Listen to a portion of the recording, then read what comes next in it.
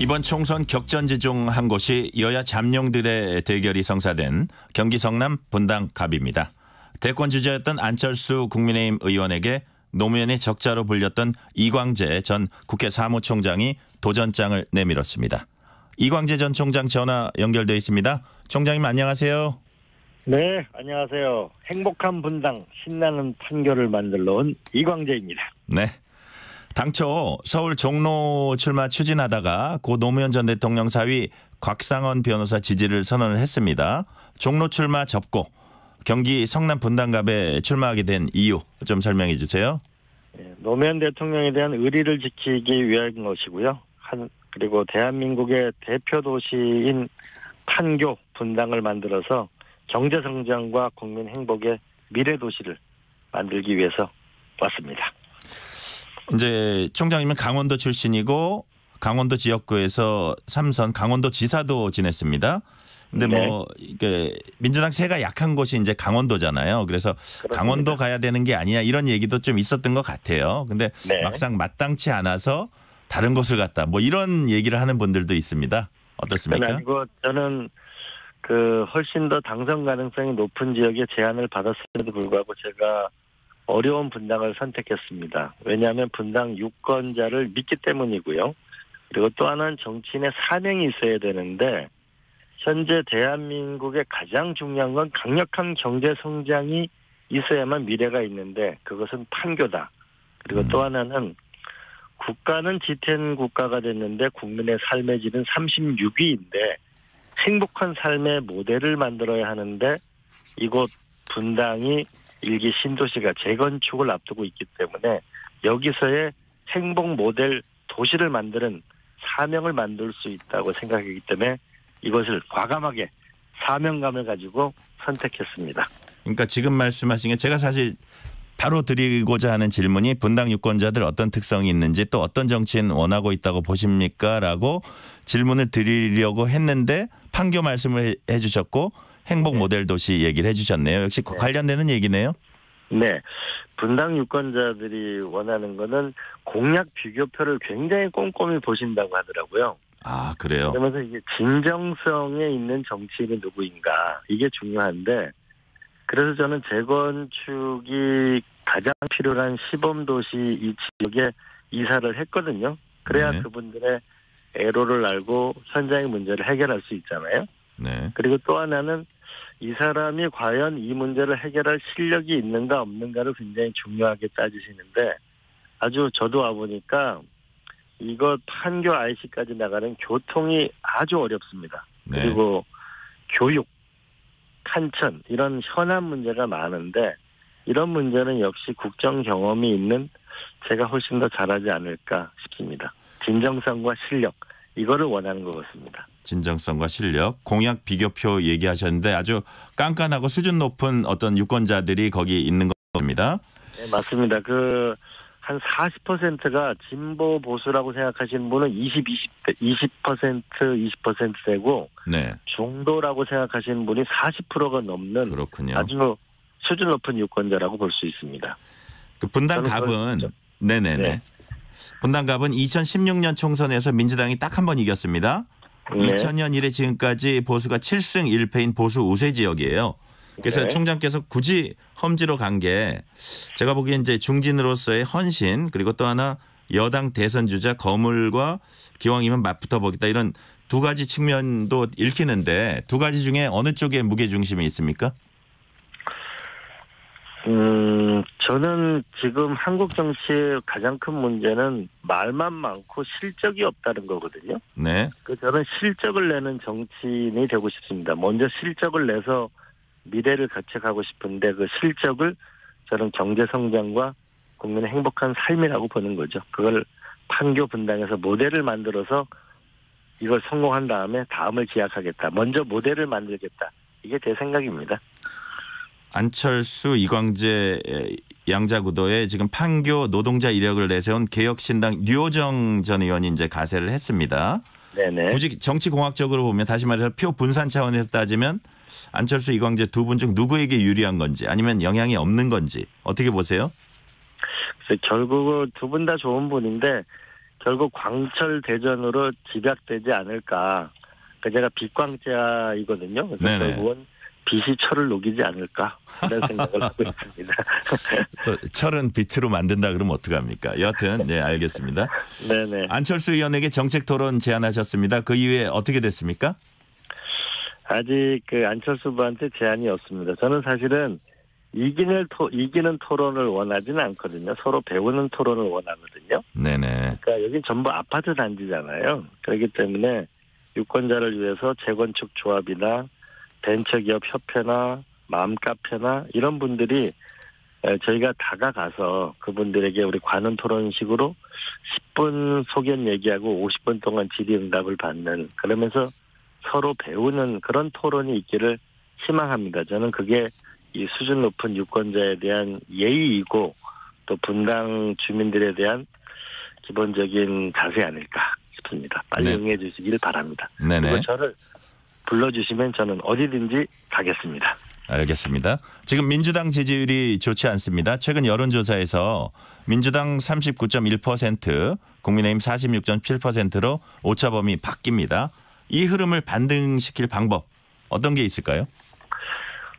저는 결국 단결이라고 보는데 여기 분당에만 한천에 걷는 분들이 많으셔요. 네.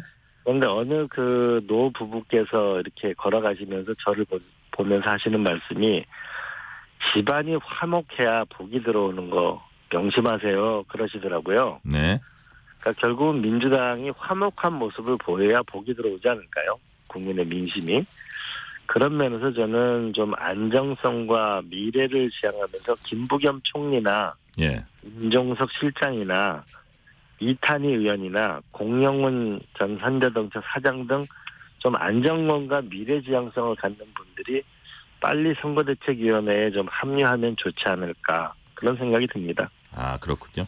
지금 뭐 선대위원장 말씀하신 것 같아요. 임종석, 김부겸, 공영훈, 이탄희 이런 분들 말씀하셨습니다.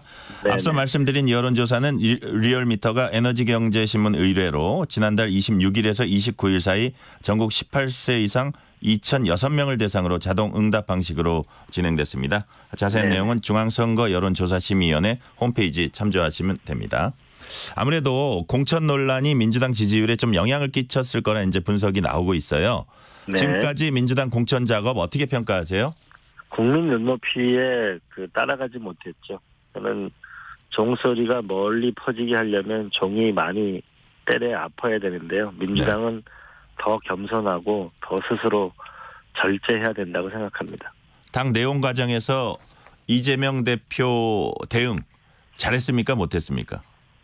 저는 만난 적은 없는데요. 저는 부족한 점이 있었다고 생각합니다. 네. 이제 앞으로 더 잘해야죠. 네네. 가장 큰 갈등의 뇌관이었던 임종석 전 청와대 비서실장이 당에 남기로 하면서 일단은 갈등이 확산되지는 않는 분위기입니다. 일단 그렇다는 거고요. 임 전 실장 왜 당에 남기로 했다고 보세요? 글쎄요. 그건 모르겠죠. 저는 기본적인 정치 상식이고 도의라고 봅니다. 이게 좀 시간에 살지 말고 역사에 살 필요가 있다. 당을 함부로 떠나는 건 아니라고 생각하고요. 그러나 고민은 많았을 것이다. 그리고 한편으로 고맙고 감사하다는 생각이 들고요. 이제 다시 또 마음을 추스려서 당을 위해 진짜 헌신해 주기 바랍니다. 뭐 당권 도전을 위해서 지금 일보 후퇴한다 이런 시각도 있긴 있습니다. 근데 남은 총선 기간 임 전 실장이 어떤 역할을 할지도 관심입니다. 서울 중성동갑에 나선 전현희 전 국민권익위원장이 선대위원장 자리를 제안을 했어요. 임 전 실장이 이를 받아들일 가능성이 있다고 보세요? 저는 임 전 실장이 선대위원장의 역할을 저는 당에서 요청이 있으면 하는 게 좋다고 봅니다. 결국은 국민들이 압니다. 누가 더 낮은 자세로 헌신하는가. 그리고 지금은 우리가 더 스스로 더 낮추고 더 겸손한 대기종군하는 그런 마음을 가져야 될 때라고 생각합니다. 네.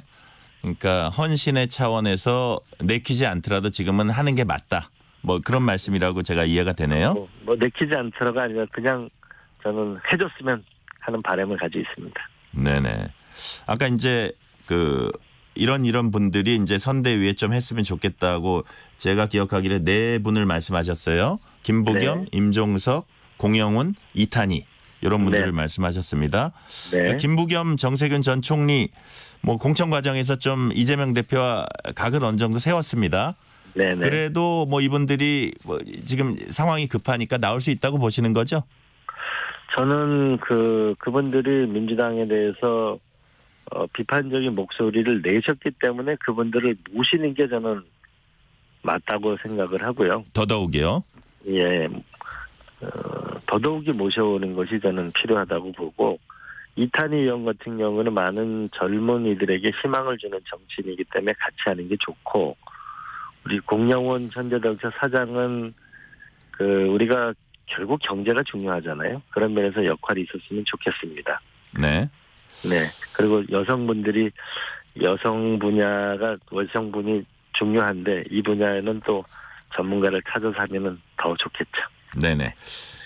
제가 보니까 오늘이 민주당 공천에서 매우 중요한 날입니다. 여러 곳 경선 결과가 나오더라고요.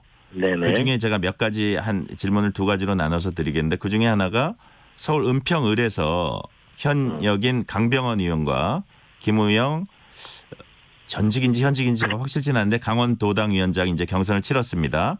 네. 강원도당 위원장이 은평을 경선에 뛰어든 거 어떻게 보세요? 그래서 저도 경선 결과를 지금 유심히 지켜보고 있습니다. 은평 주민들이 현명한 결정을 내려주시길 기대하고 있습니다. 네. 오늘 이제 아주 전국적으로 여러 결과가 나오는데 그중에 이제 노영민 전 청와대 비서실장 청주 상당 경선 결과도 오늘 나올 예정이고요. 아울러서 이제 가장 주목되는 게 하위 10% 현역들이 감점받고 이제 경선을 벌인 지역구들입니다. 네. 예컨대 뭐 강북이죠. 박영진 대 정봉주, 윤영찬 대 비례대표 이수진, 남양주을인가요? 김한정 대 김병주. 저도 참 결과가 궁금해요.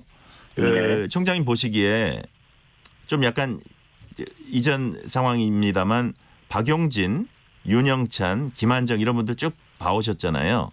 네네네. 하위 10% 평가 납득이 됩니까?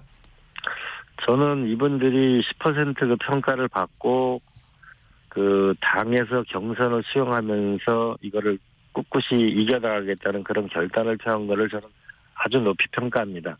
그리고 결과는 결국 지역에 있는 유권자와 당원들이 결정하는 거니까 저도 유심히 지켜보고 있습니다. 그리고 이분들이 아주 불리한 어떤 페널티를 가지고도 끝까지 경선에 한 거 높이 평가하시는 거죠?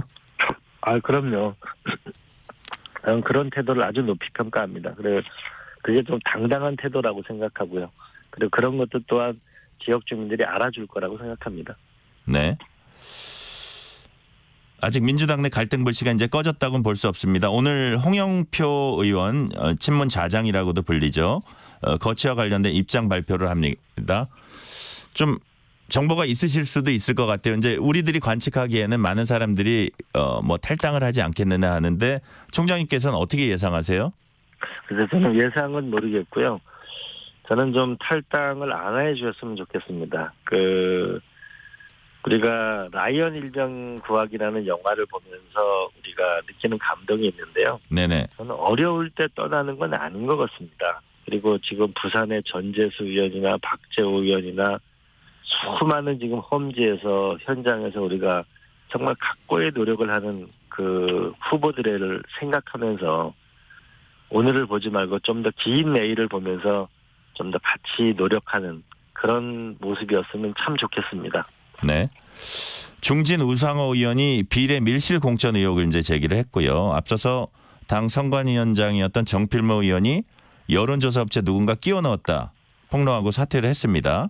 이런 일련의 의혹들이 근데 명쾌하게 정리가 되거나 뭐 어떤 그러고 지나가는 것 같지가 않아요. 어떻게 보세요, 이런 것들?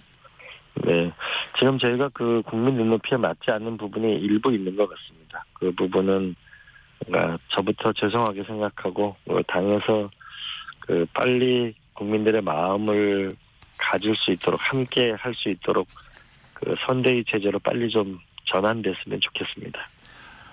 김영주 의원 국회 부의장이죠. 4선의 김영주 의원이 국민의힘에 입당한 뒤에 자신의 오랜 지역구 서울 영등포 갑에 전략 공천이 됐습니다.